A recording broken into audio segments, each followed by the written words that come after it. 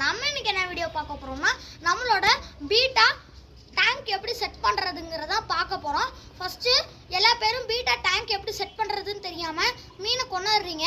இனிமேட்டு அது இருக்க கூடாதுன்னா நம்ம வீடியோ ஃபாலோ பண்ணிருங்க அண்ட் சப்ஸ்கிரைபும் பண்ணிருங்க. வாங்க வீடியோக்குள்ள போலாம். நம்ம ஃபர்ஸ்ட் பீட்டாக்கு நம்ம ஒரு அழகான பவுல் ஒன்று தான் சூஸ் பண்ணியிருக்கோம். அதுக்கு ஸ்டோன்ஸ் சும்மா ரெண்டு ரேர் ஸ்டோன்ஸ் மட்டும் தான் போட்டிருக்கோம். நெக்ஸ்ட் நம்ம பீட்டா என்ன சூஸ் பண்ணியிருக்கோம்னு பார்த்தீங்கன்னா நம்மளோட இது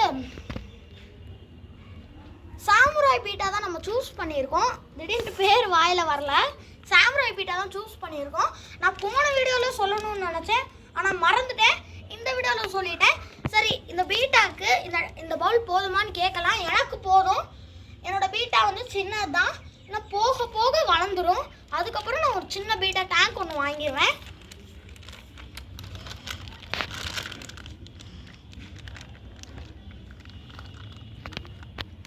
இந்த பீட்டாவை நீங்கள் கையிலே பிடிச்சி போட்டுக்கலாம். நெட்டு மட்டும் யூஸ் பண்ண வேணாம், ஏன்னா தவிரும்.